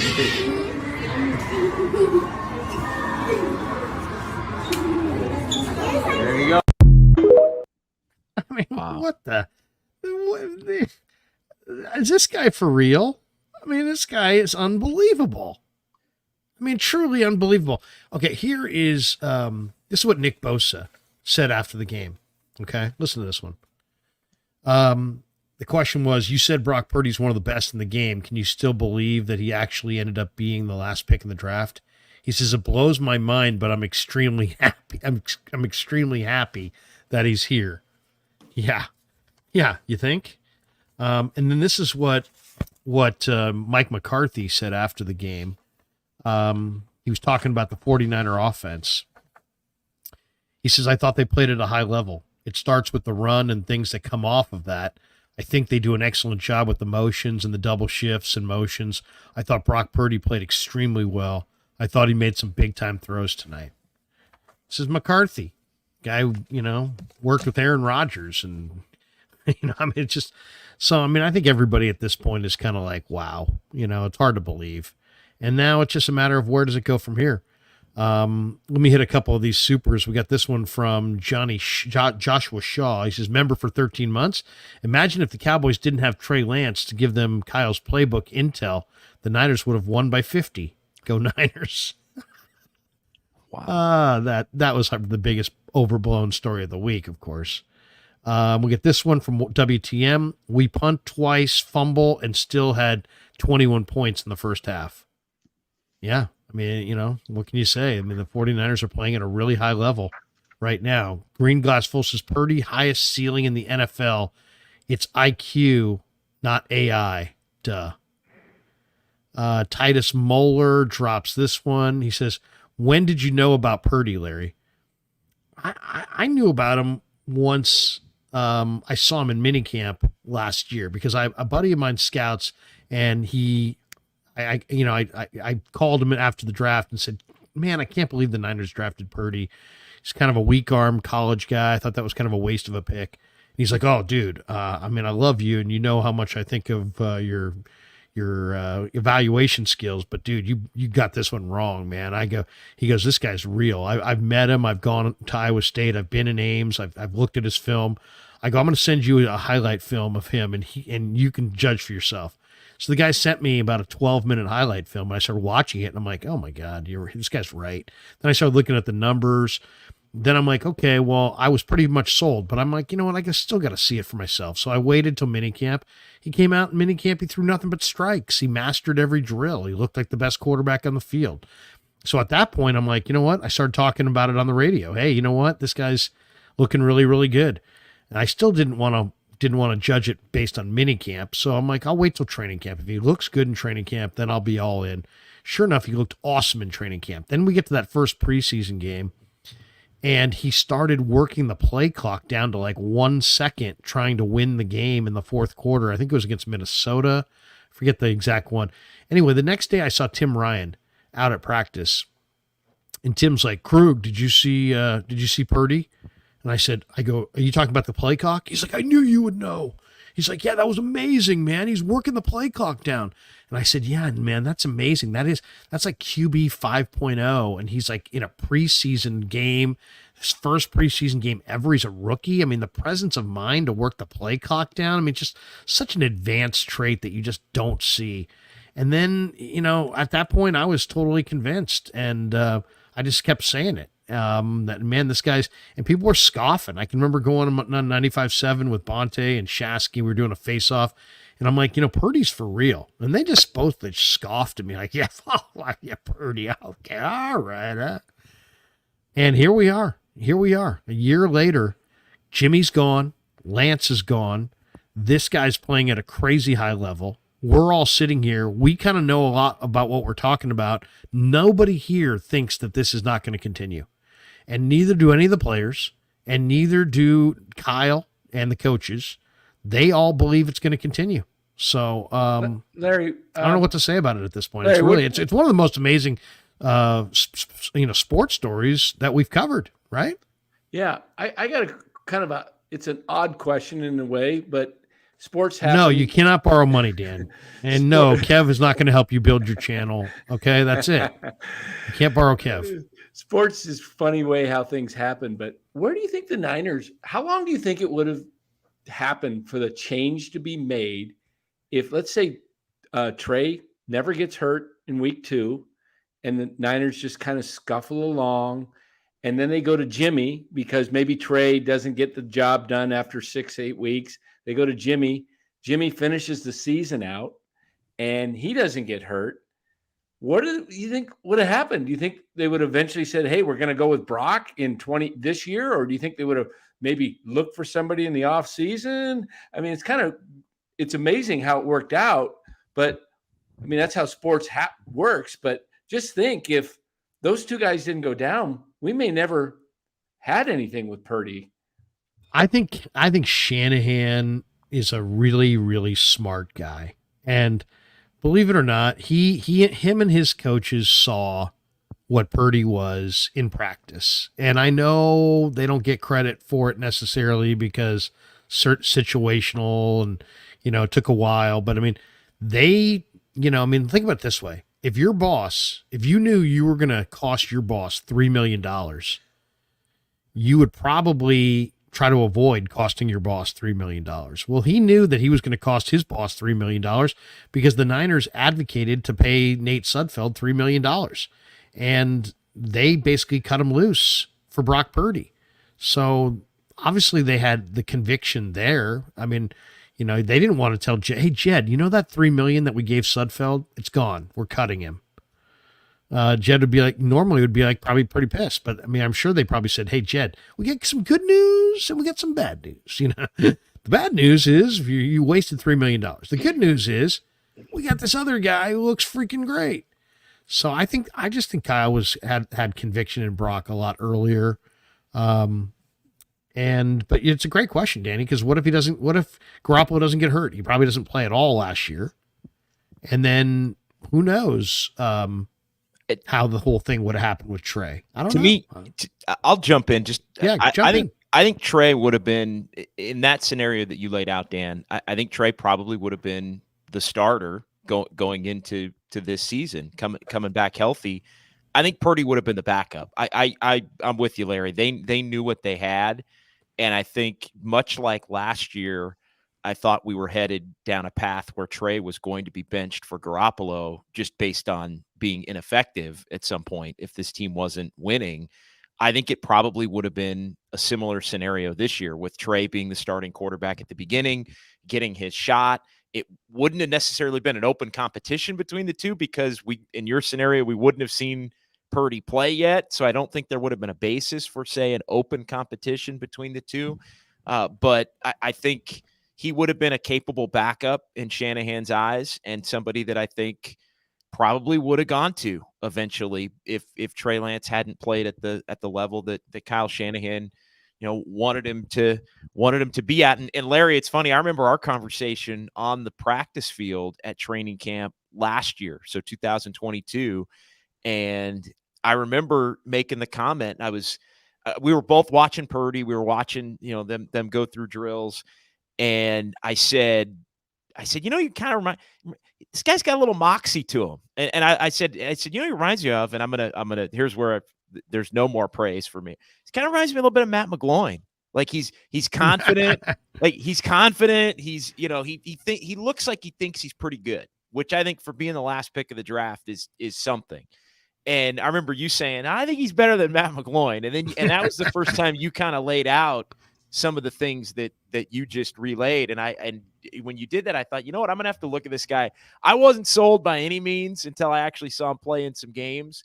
But I remember that us having that conversation in Santa Clara, it was something that stuck with me is, you know what, I need to give this guy a little bit more of a look, not like, he's Matt McGloin 2.0, because he's obviously a hell of a lot better than that. I'll tell you the moment that I'll never forget. Rye and I were walking into Levi's on the Tuesday after the Dolphins game. And he's like, what do you think the mood's going to be like today? And I'm like, you know what? I kind of think these guys are going to be like, happy-go-lucky, like nothing happened, because I really believe that they see what I see, that this kid can flat out play, and that I bet you they're going to believe. We walked into the room. I mean, the Niners had lost their starting quarterback for the season, and you would never have guessed it. It It was like there was no difference. It was like nothing had happened from the week before. And that told me tons. I was like, oh my goodness, these guys believe in this kid. They believe in this kid. And then he's never really given us much reason to doubt. I mean, to be a supporter of Brock Purdy's is kind of easy at this point. He hasn't lost. You know, I mean, it's not like there's been some Monday where the guy threw 3 picks and got sacked 5 times and looked terrible, and that everybody said he sucked, and you had to stand there and go, no, I don't think he sucks. I think he was just a bad game. He hasn't had that. He hasn't had. The only downside was he got knocked out of the Eagle game. That was it. Other than that, the guy's played great, and he looks like a veteran. What's the last regular season game they lost? Was it to Kansas City last year? Yep. Kansas City last year. October 23rd last year. So we're coming up on a full calendar year. They were 3-4, and that was 2 days after McCaffrey came over from the Panthers, and they remember they got destroyed in that game. It was the defense got eviscerated. The Chiefs were making explosive play after explosive play, and it was the second straight year that the Niners were, after being 3-5 in 2021, they were 3-4, and it's like, what? Like, this team's on the brink of disaster, and then they run the table plus a couple of playoff wins, and the only loss. They've lost 2 games since McCaffrey got here, and they're the 2 teams that played in the Super Bowl, and then the one game that the Niners lost once they got everything dialed was the game where Purdy got hurt. It's incredible. I mean, it's a franchise record now, equaling 15 straight in the regular season, going back to 1989 and 1990. 1989 and 1990 were 2 years the 49ers were they won the Super Bowl in 89, January 90, and then they were in the NFC Championship game. Yeah, that was the year Roger Craig fumbled. Yeah. They had that game against the Giants too. Yeah. So, well, that's pretty much going to do it for us. Let me just read these last supers, and we'll get our final thought and get out of here. Flock says Bruce loves Grant. Okay. Yeah, there you go. Green Glass Full says the only thing Niners are missing right now is Candlestick. Is that right? Is it Candlestick? Is that what he's saying? What it looks like. Yeah. David Carnero says, did anyone expect for Kittle to have 3 touchdowns?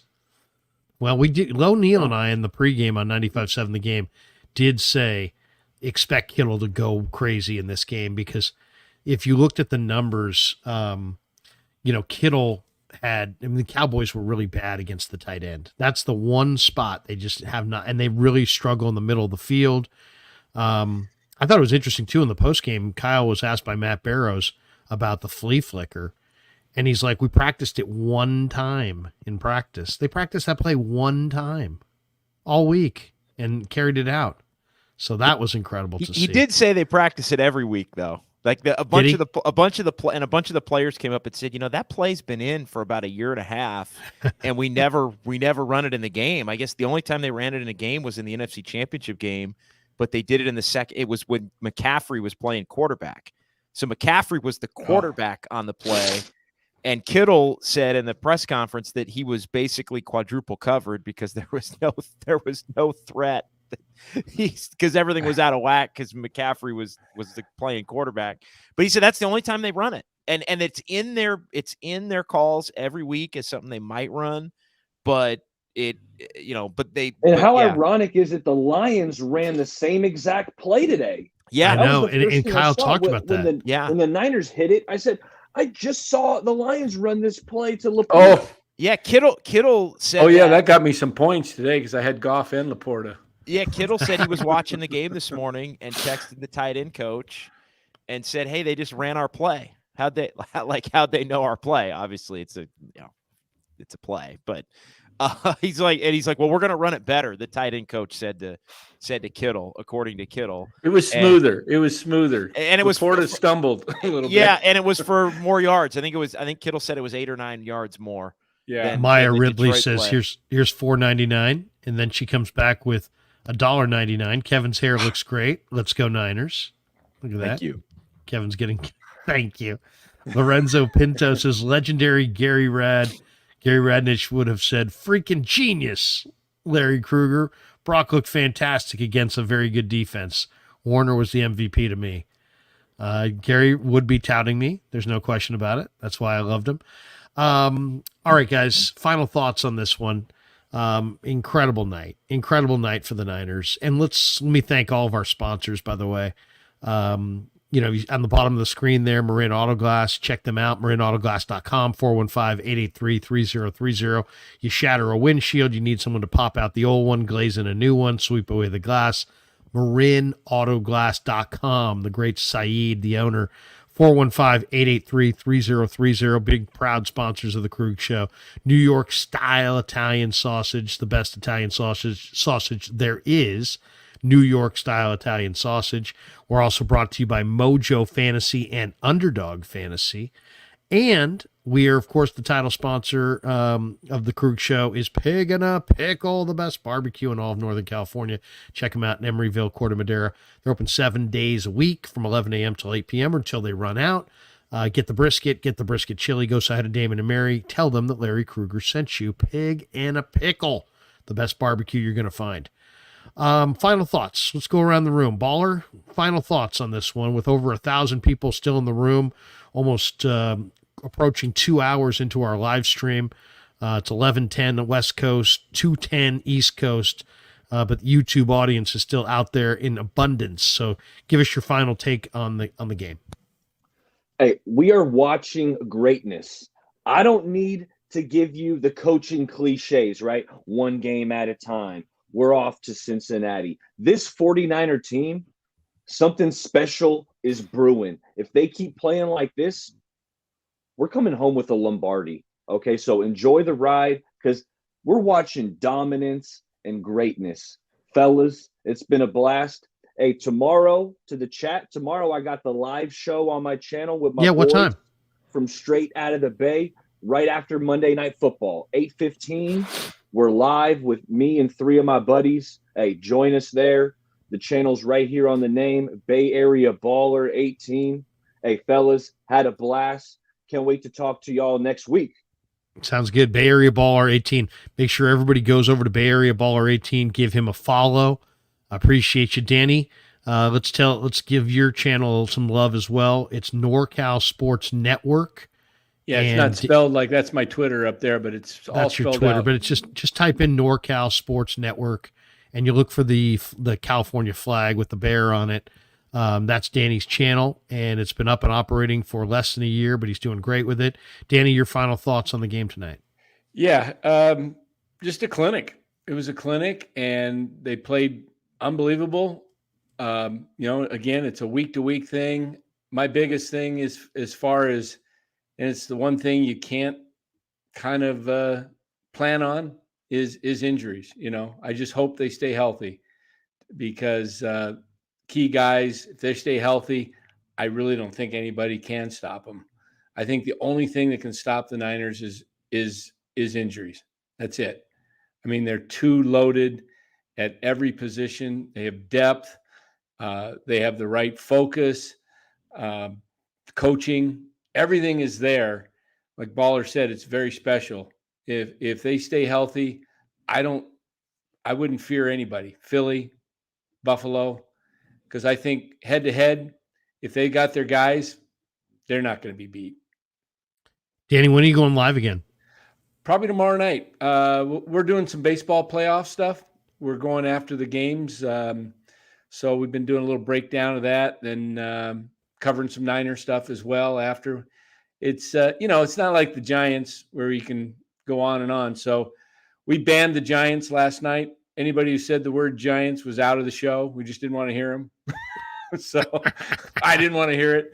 So, but we still get a little bit into it. But we'll be on tomorrow night probably after Monday Night Football, after the baseball games in, all week long. We'll be on every night after baseball games. NorCal Sports Network, and the next manager of the San Francisco Giants, Danny, will be. Oh man, I hope if it's internal, I only got one guy, and that's Ron Wotus. If it's anybody else like Correa or anything like that, I'm going to flip a gasket. I'm going to blow a gasket, man. But you know, I wouldn't mind a Steven Vogt. I wouldn't mind I like that too. Heard Pat Burrell's name thrown around. No. But I don't know. One name that's kind of interesting, and it's because he was a hitting coach when he was with the Giants. Bam Hansley Mullen. Speaks 3 languages, or maybe more, but he speaks obviously English, but Spanish and Japanese. Yeah. So you're going after the guy the pitcher in Japan, and maybe you want to go after, you know, try and get Ohtani, which is a long shot in my opinion. But hey, having a guy that can speak Japanese to your players would be a pretty nice thing. All right, Danny. Keep it rolling, brother. Yep. Good to talk to you. Thanks. See ya. There you go. JD, your final thought here before we walk out to the car. Yeah, just a hell of a night. I mean, all the way around. I did not see the 49ers just completely dismantling the Dallas Cowboys to the extent that they did. I mean, I think they sent the Cowboys, you know, back to Dallas really thinking, hey, we can't match up with this team. And, you know, because both teams circled this game on the calendar. I thought it really stood out in the post-game press conference that Kyle Shanahan had noted that he really thought his team was locked in and had the right balance of attention to detail for what was coming, while also embracing the gravity of how big the game was, but not making such a big deal of it to where you were too amped and you come out, you start making mistakes and you get off to a bad start in the game. So the Niners are just rolling right now. And I just a statement to the rest of the league, I think to the national media, if you're into those sorts of narratives, I think that the energy is going to change a little bit with respect to how this 49ers team is discussed on a national. Like, the Cowboys always lead all the national shows, right? Every Monday, basically, when something big happens with them, and it's going to happen tomorrow. But the Niners are going to be the back end of that, and they're going to be the team getting a lot of credit. And it's going to be a lot of questions about, can this team win the Super Bowl? Is Brock Purdy an elite quarterback? Do they have MVP candidates? Do they have Defensive Player of the Year candidates? Oh, what a hell of a job Kyle Shanahan has done. Those things are coming this week. And I'll just leave you on this note, and not to get too far ahead, but I'm just, my first thought on next week, 10 a.m. game. You're going to Cleveland. Browns have a really good defensive line. Really good defensive line. Emotional letdown of you beat the pants off the Cowboys, and the Browns are coming off a bye. The Browns did not play today. They didn't play tomorrow. They didn't play Thursday. They're on their bye week 2-2. I think that's a low key one of these games where maybe the 49ers get got.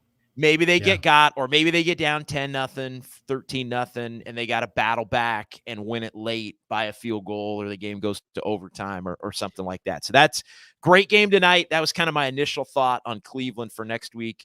And then, you know, we'll see where it goes from there with Minnesota following that. It looks like a bad football team that the Niners should be able to score a lot of points against.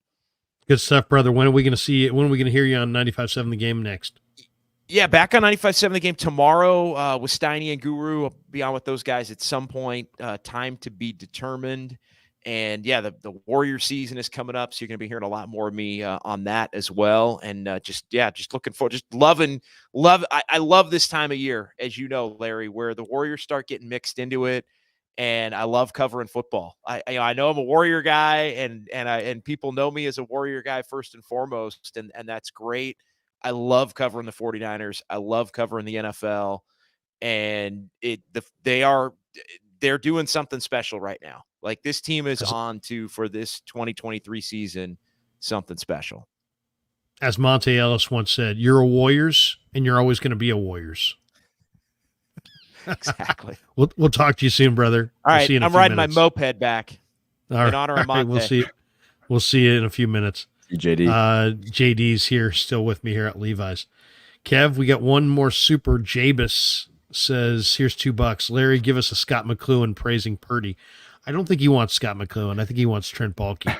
So I'll just say this. The kid's got tremendous talent. And I'll tell you, he's got 2 good ACLs, Lowry. This guy can really flat out wing it. He's a hell of a young player. What's your Scott McCloughan impersonation? I don't do a Scott McCloughan impersonation. Yeah. Yeah, good stuff though, man. Yeah. Hey, sorry, I was kind of zoned out for that last part because I was making the reels of your interview questions. Oh my God, send me some reels. Yeah, I'll text you those. And then by the way, congratulations to you, to me, to both of us. 25,000 subs today. While we're sitting here, it's a great just kind of messing around. 25,000 subs. So that you're a huge part of that. I don't know if people realize that, but Kevin joined the channel, and started creating videos. And now if you go look at our channel, not only do we have live streams, but we have some incredible videos, and the videos have really fueled the growth of this channel. And you can chart where this channel took off really from when Kev joined the mix. So love you, brother. Love you. You do a great job. And I was just joking. You're not my fourth best kid. You're definitely top two. I really like the he's a system child. He's a system kid. That's a good one. I'm gonna have to use that one. Maybe we ought to get a t-shirt, system kid. We got to work on our t-shirt. Yeah, I should get a system child shirt. Yeah, seriously. JJ says Kev's the real MVP. Yeah, no question. Dusty Gold says pay the man. Oh, he's getting paid. Believe me. At this point, I really like JD's point about the Browns. I really could. I guarantee you, there's a podcast I listen to for sports betting. They're gonna say tonight they're gonna be get the Browns at +6 or +6.5 or whatever the line's gonna be. Like that's gonna be the sharp side. It's gonna be Browns plus whatever the points. Yeah. David Muscheck says you guys are well deserving of the 25,000 and beyond. It's been a nice ride with you guys. Thank you, David. We appreciate it. We're having a lot of fun. We're going to keep putting out awesome content every single week. We've got this one from DJ Molly says Ralph Barbier impersonation. It was a great performance. There's no doubt in my mind that Brock Purdy is special. I just asked Tom. All right, there you go. That's my Ralph. Kev, awesome stuff. Congratulations once again on 25,000. Couldn't have done it without you. Love you. And what can we say? You got we got this one from where is it? Somebody in here said you guys rock. But yeah, thanks to everybody. Where is it? Oh, here it is. Frank Tom Ocean. Frank Tom Ocean says you guys rock. Kev's videos have been fantastic and lots of great stuff. So we got 49ers who says, 49er Josh says, you're lazy, Larry. You're lazy. I love you, boy, but you're fucking lazy. All right, man, that's going to do it for us. Great stuff. Thanks to everybody. And check me out tomorrow morning at 8 a.m. with Damon Bruce on both of our channels with our sponsored show, Wake Up 49ers, brought to you by Palmetto Superfoods. And until then, have a great night, everybody. Kev, be well, man. Talk to you soon. Peace. Yeah, never met a man I've been scared of. Careful, you gon' get exactly what you asked for.